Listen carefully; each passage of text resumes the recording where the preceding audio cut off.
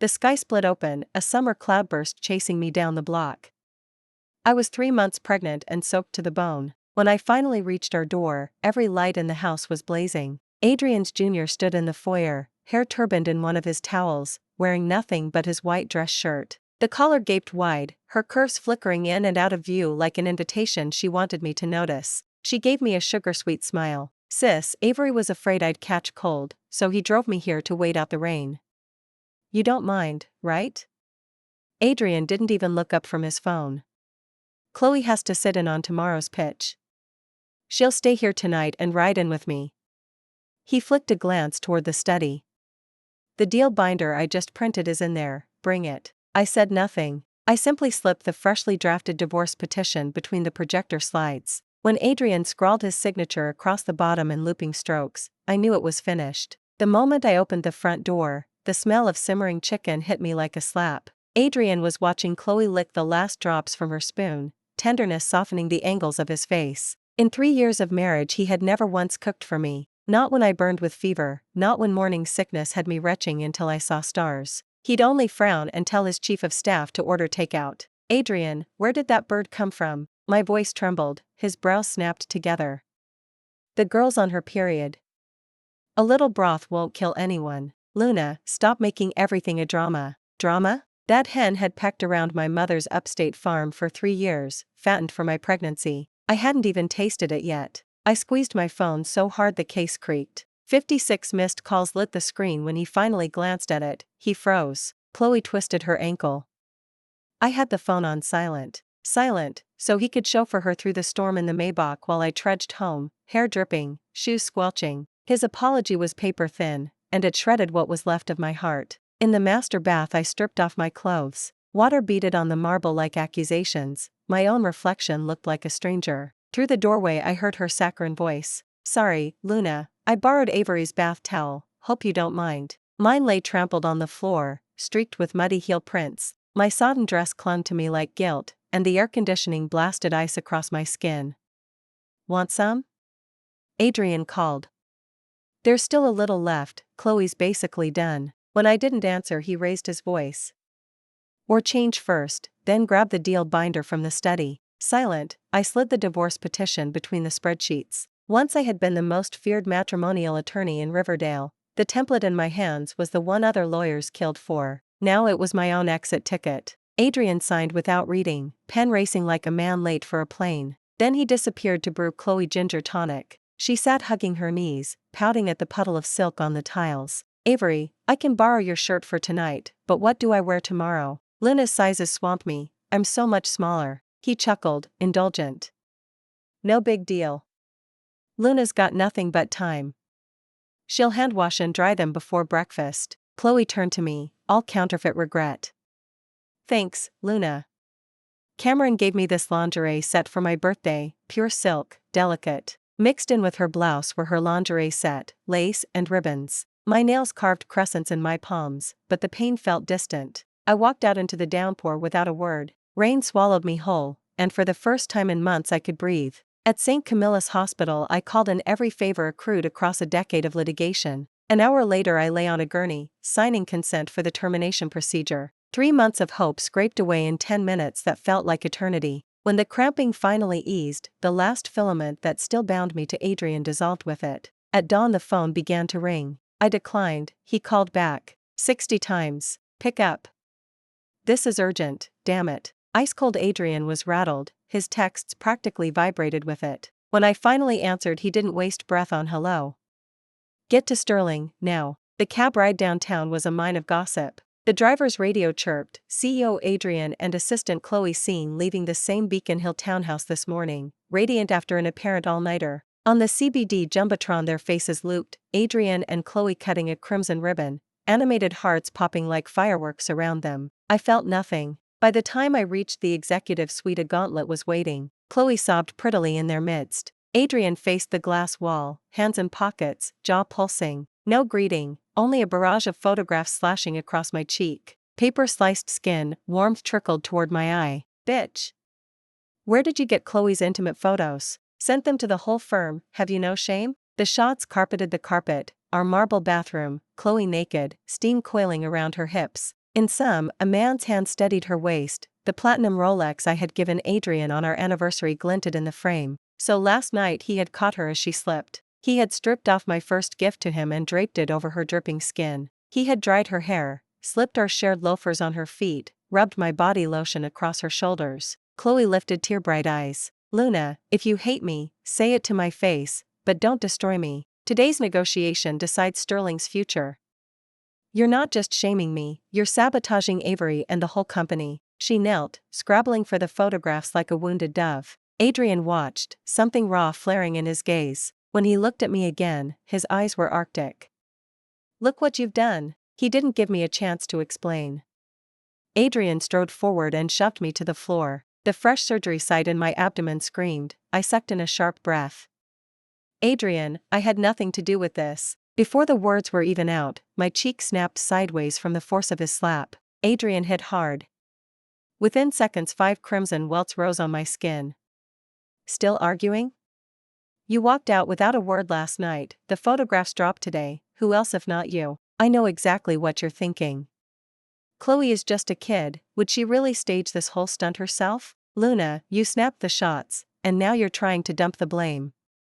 How disgusting can you get? Adrian fired the sentences like bullets, fluent and relentless. He must have rehearsed every line in his head 1,000 times. Even after turning it over countless ways, he was still convinced I was guilty. In Adrian's eyes I didn't just pale next to Chloe's competence. I was vile. Seeing my bloodless face, Adrian clenched his jaw and spoke coldly. Get legal in here, and bring a camera. Hands pinned me from behind while a huge lens stared down at my face. Confess right now, apologize to Chloe. I'll have PR spin this to limit the fallout. Shielding Chloe, Adrian looked down at me on my knees. Luna, for the sake of our marriage, this is the best I can do. If you refuse, I'll make sure you suffer exactly what Chloe suffered. Chloe sobbed, draping herself across Adrian's shoulder. Sister Luna, I know you've never liked me, you think I distract Avery. Let's clear the air today. I'll even kowtow and beg your forgiveness. I'm new to the workforce, all I want is to do my job. There's nothing between Avery and me. Pressing a hand to her chest, gasping, she dropped to her knees and knocked her forehead against the floor. The surrounding colleagues seethed, their rage felt ready to rip the ceiling off. The world's gone upside down. Chloe has to kowtow to that which just to keep her paycheck. Apologize, you slut. You want her to beg forever? In the chaos someone grabbed my hair and slammed my head against the camera. Blood sheeted over my eyes. Through the red curtain I saw Adrian sink to one knee and scoop Chloe up like a princess. Good girl, you've been through enough. None of this is your fault. Tomorrow you'll be promoted to my special assistant. From now on, whoever badmouths you answers to me. I was jostled and shoved until I looked like public enemy number 1. Avery, what do we do with her? Adrian had regained his icy calm. Whatever it takes, make her talk. With that green light the circle tightened. Forget an apology, nothing she says can be trusted. Eye for an eye, let her taste every second of Chloe's pain. At those words Adrian's retreating back stiffened, but only for an instant. Without turning, he carried Chloe toward the executive suite. Whoever struck first I'll never know. I only felt the sudden chill across my skin. The sound of fabric ripping knifed through my head. Legal, roll the camera. Beneath the jeers I hugged myself, clinging to the last scrap of dignity I owned. Adrian. Watching his straight back, I screamed until my throat tasted iron. The next second he stopped. Perhaps my cry was too raw. Slowly he pivoted his foot, half turning. Chloe pressed a hand to her brow. Avery, put me down. The client's in the boardroom and the meeting's about to start. Those pictures hurt, but I'll fight for Sterling till the last second. Her resolute words shifted Adrian's focus once more. She was reminding him that, without me, the negotiation might already be over. You brought this on yourself. Even if I wanted to, I can't save you now. In the end he left me with that cold line and walked away with Chloe. The instant the executive suite doors clicked shut, the office turned into a carnival of hate.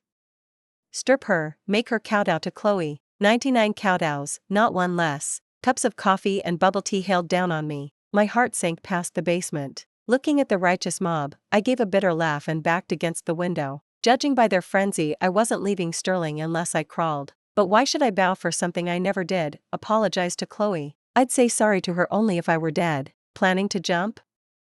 Don't bluff, go on, leap. The summer breeze, warm and soft, brushed my face, mocking the last ember of hope I still wasted on Adrian. At the commotion, Adrian re-emerged. Seeing me on the sill, shock flickered across his eyes. "Luna, are you insane? Get back here. Think of the baby, don't do anything stupid." At the same moment, Chloe passed him a phone.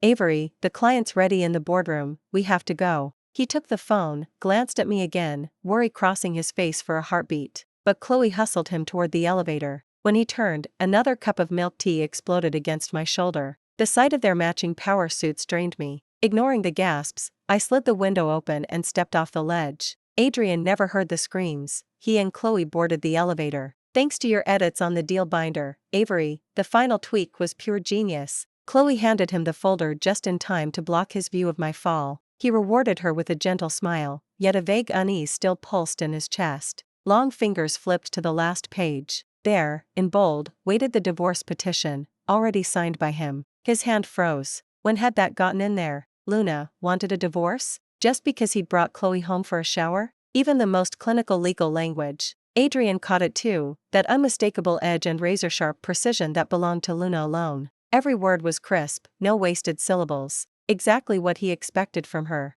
He traced the phrasing in the settlement agreement and couldn't stop the corner of his mouth from lifting. He had fallen for this very incisiveness once. Divorce him? Impossible. He wouldn't allow it. "Avery, Luna's had a rough morning. Why don't we just let it go?" Reading the shift in Adrian, Chloe offered, magnanimous. The sentence snapped him back to reality. He exhaled, displeased.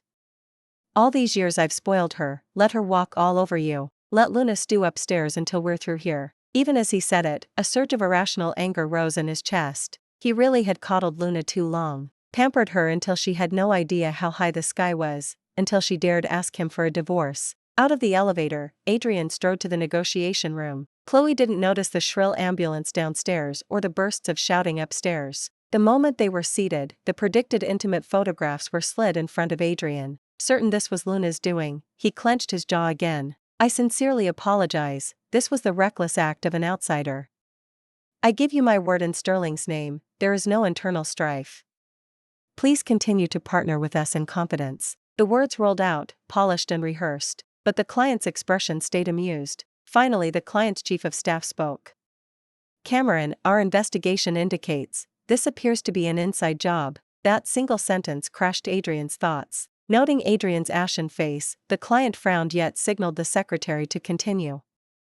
"We received the photographs at 6:30 this morning, hard copies and digital. The paper envelope was mailed from a hardware store 2 blocks from your headquarters. The digital file, though encrypted, was traced by our forensic team to a server on your 12th floor, accessed remotely. Taken together, we have every reason to believe a staff member acted to ruin Chloe's reputation." The secretary delivered the prepared statement with confidence. He didn't expect Adrian's complexion to go from bad to worse. Behind Adrian, Chloe's hands trembled around her folder. "Thank you for the thorough investigation," Adrian answered, clinging to the last thread of composure. "Could you give me time to identify the mole so we can move forward together?" When the boardroom was empty except for the two of them, Adrian spoke slowly. "Why, so it really had been Chloe." He had suspected, then talked himself out of it 1,000 times. He had chosen to trust her. Actually, the moment the secretary mentioned the hardware store, he'd understood. The owner was Chloe's older brother, the lease Adrian had approved at her coaxing, the same parcel he'd promised Luna for her flower shop, the promise he'd broken. Even then he'd wanted to believe it was coincidence. But when they said the mail had originated on the 12th floor, he couldn't lie to himself anymore. Only one machine sat on 12, his own work computer. Only 2 people had access, Adrian himself and Chloe. 3 months ago, believing Luna's pregnancy made core business unnecessary for her, he'd revoked her login. That made the sender easy to spot, Chloe herself. To drive a wedge between him and Luna, she had gambled everything. And he, Adrian, had been the biggest fool in her scheme, turning the blade toward the one person closest to him. "Tell me, why?" The thought made him ask again, voice eerily calm. Anyone who knew him recognized the sign, rage at its peak. Chloe's face went paper white. She parted her lips just as the door burst open. "Avery!" "Miss Sterling," she jumped. Adrian shot to his feet, clinging to reason. "Speak clearly. Don't sensationalize." "What do you mean?" jumped The messenger froze, unaware that Adrian was grasping at hope. I'm serious, Avery. Miss Sterling jumped from the 12th floor. Before the words finished, Adrian bolted into the corridor. No, Luna was pregnant, she would never. But when he reached the courtyard and found only empty pavement, dizziness swept over him. Avery, we all saw her fall. Ambulances, fire trucks, even Sterling's private search team, no one can find her body. At the careful report, Adrian exploded, slapping the secretary to the ground. What body? She's alive, find her, all of you, now. The usually urbane Adrian's eyes were bloodshot, employees scattered. Yet they all knew how bizarre her disappearance was. She might never be found. Elsewhere, after long unconsciousness, I finally opened my eyes. A strange foreign hospital room swam into view. Luna, you're awake. Best Breyer threw herself at me, anchoring me to reality. We'd been inseparable since law school, later co-founding Hayes Sterling LLP. After my wedding, I'd signed over my equity to her. The moment I'd sensed disaster last night, I'd called her. Breyer had mobilized every medical contact she had, chartering a surgical team on the fly. She'd been in Europe for a conference. When she heard, she'd flown straight back. By the time she reached the hospital, Adrian had already summoned me to Sterling headquarters. I was so worried about you. Staring at Breyer's gaunt face, I asked in a daze. What happened to me? My memory stopped at the moment Sterling staff had me surrounded. I still recalled opening the window and throwing myself out without hesitation. Yet I seemed to land on something soft, losing consciousness almost immediately. Thank heavens, I'd set up an air cushion on the 8th floor service ledge, terrified you'd do something reckless. But when you hit, you still injured your cervical spine and blacked out on the spot. You scared me to death. From Breyer's chatter I learned that, after rushing to the hospital and finding my bed empty, she'd raced straight to Sterling. She never expected to find me encircled by a crowd. While calling the police, she saw half my body already leaning out the window. Luckily, the private security team she'd hired was top-notch. They located the ledge below in seconds and inflated the cushion. You must have a guardian angel. Your fall actually landed you on that platform. It's in everyone's blind spot, so while Sterling people searched the ground, my crew dragged you away. They never noticed. Breyer stroked my hair, tears welling again. Thank God it's all over. During the long weeks of rehab, Breyer told me, bit by bit, what had unfolded after my jump. They said Adrian showed no mercy. He worked with the police to single out the ringleaders who'd stirred the mob. Among them were several longtime elders who'd served him for years. But once he uncovered their ties to Chloe, he didn't hesitate. He sent them all to jail. He even retained the best litigation team to charge them with attempted murder. As for Chloe, no one knew what leverage Adrian used. The day after my incident, her name vanished from every social circle. My messenger said Chloe cried until dawn, banging her forehead on the Sterling Plaza tiles. She begged to stay, willing to scrub toilets if that's what it took, just so Adrian would keep her around. In the end, Adrian wouldn't even see her, just told security to throw her out. After that, Adrian blacklisted Chloe industry-wide. Anyone who hired her, he declared, would be declaring war on him. Moreover, from the night of my jump he seemed possessed. He circled the tower until dawn, shouting my name until his voice cracked. From that day on he lost interest in the company. He studied search and rescue manuals, combed every inch of land for miles around Sterling, yet I had evaporated without a trace. Sounds like Mr. Sterling still carries a torch for you. The moment he smelled Chloe's scheme, he turned the ship around, no hesitation. Breyer nudged me with a mischievous grin. I only smiled faintly. My eyes held no ripples. I knew what Breyer meant. She had watched Adrian and me walk hand in hand from campus to wedding aisle. She knew how much I'd given up for him. In the end, the formidable Luna, the lawyer who terrorized Riverdale, had been willing to trade briefs for soup ladle. Not because I was tired or weary, but because I truly loved Adrian. So Breyer feared I'd live with regret. She didn't realize that for someone whose heart has already died, regret is irrelevant. Meeting Breyer's hopeful gaze, I curved my lips. By the way, how's the firm doing these days? Breyer caught my meaning at once. She knew I could be as ruthless as Adrian. When I said something, or someone, was finished, I never looked back. Grasping my cue, she scampered off and returned with the newest case files. I was waiting for this.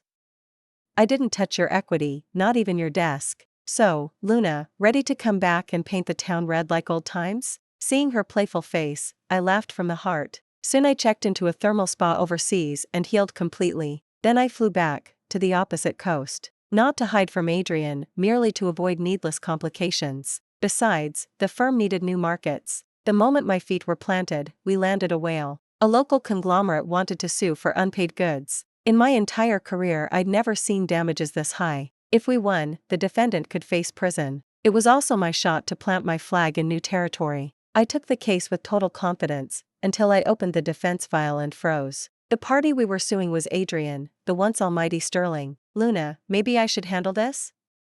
I've more commercial experience, and your field was matrimonial. I stayed silent for a long time, then shook my head. What's destined can't be dodged. When I read the brief, the half-year hemorrhage at Sterling shocked me. I had expected slippage after my departure. I knew contracts better than he ever would. Since Sterling's inception, I had drafted every agreement, forestalling major pitfalls. When I'd first been pregnant, Adrian insisted I stay home, and Sterling had already lost several suits over sloppy language. So a downturn was foreseeable. What I hadn't foreseen was his utter loss of interest. Sterling wasn't merely bleeding, it was on the brink of bankruptcy. As principal, Adrian would be criminally exposed. Inside the boardroom, Breyer and I stared at the file. At this pace, victory looked effortless. Let me go, just to spare you seeing him. No need for extra drama. Breyer tried again. Before I could answer, the boardroom door burst open. Adrian stood framed in the doorway, his gaze locking on mine. Barely half a year had passed, but he looked haggard. The ever-immaculate man hadn't shaved in days, his suit was creased. The instant he saw me, wild joy flared in his eyes. But when his gaze drifted down and landed on my withered belly, the light in Adrian's eyes suddenly went out. That seemed to be his last shred of hope. Luna, no matter what, the baby was innocent. Why did you give up our child? Adrian murmured, his parched lips trembling slightly. Before the words had even left his mouth, Breyer shot to her feet. Adrian, you haven't seen Yaya in ages, and the first thing you do is blame her? The day Yaya confirmed her pregnancy, you insisted on promoting Chloe to assistant and stripped Yaya of every access right, giving her desk to Chloe. You even cancelled the anniversary dinner with Yaya and left her to face all the guests alone, just so you could fly out of town and buy Chloe her favorite egg yolk pastries. When Yaya's dad was dying, you missed the flight home because you were throwing Chloe's dog a birthday party. Under Breyer's barrage, the past flashed before my eyes like a spinning lantern. Yet I simply watched it all numbly. Everything to do with Adrian felt like a previous life. The more Breyer spoke, the angrier she became, until she strode right up to Adrian. When Yaya was standing in the rain, where were you? When she was bullied and had her clothes torn off, where were you? When she jumped off that building, where were you? And now you have the gall to ask why she gave up the baby?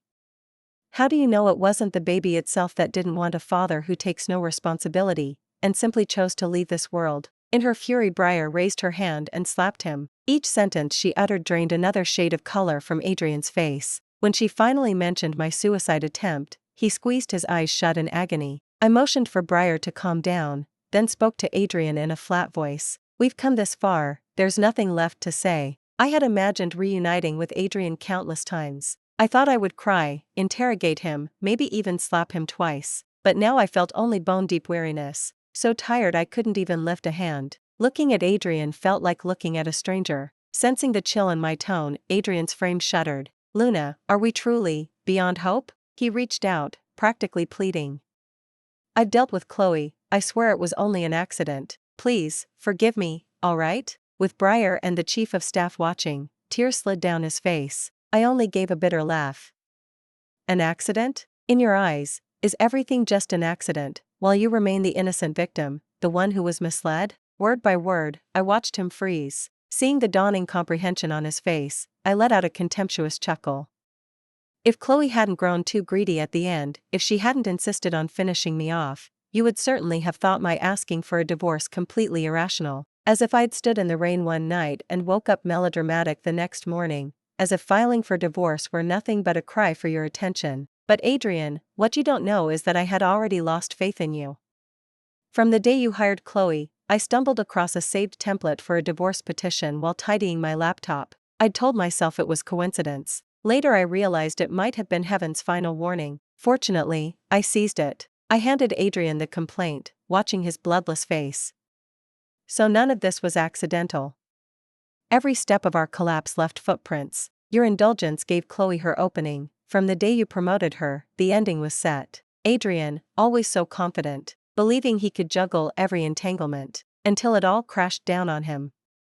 Avery, from today on, dust returns to dust. This is the first case I've taken since coming back, and I intend to see it through, so don't drop your guard. Maintaining every ounce of professional poise, I laid things out clearly. I turned and walked away, never looking back. Just as he had once done to me, Adrian gave a bitter smile and tucked the papers I'd given him into his jacket. The moment he stood, he suddenly collapsed. Avery! The chief of staff's frantic cry rang out behind me. The air seemed to fill with the metallic scent of blood. My steps hesitated for a beat. Then I pushed open the door and left. The next day, news that the Sterling CEO had fallen gravely ill swept the city. A month later, word came that Adrian had late-stage cancer. His personal assets would barely cover the first round of chemotherapy. If he filed for bankruptcy, it would taint the perfect victory I needed for my comeback. Breyer considered whether to keep pressing the suit, but we refused to strike a man when he was down. Yet under the client's constant urging, the trial finally opened. No one expected the reportedly bedridden Adrian to appear. Too weak to stand, he sat in a wheelchair pushed by his chief of staff. Speaking more than a few sentences made him cough up blood. When his turn came, he simply stared at me, as though greedily storing up the sight. Then, before the whole courtroom, he announced he would liquidate every Sterling asset to repay its debts. If that still fell short, he would accept the plaintiff's demand and go to prison. Gasps rippled through the gallery. No one understood why Adrian would surrender his last chance at survival, but amid the commotion, he looked past the crowd and smiled at me, a smile steeped in remorse and, strangely, relief. "I'm sorry. This is as far as I can carry you." The case ended in total victory for me, and after every debt was satisfied, Adrian died alone in St. Camilla's Hospital. Per his last will, the chief of staff scattered his ashes in the mountains. I stepped into my new life. Thank you for listening. On a scale of 1 to 10, how would you rate this story? If you liked the video, please give it a thumbs up and share it with friends. We look forward to your comments, and don't forget to subscribe for more gripping tales. See you next time.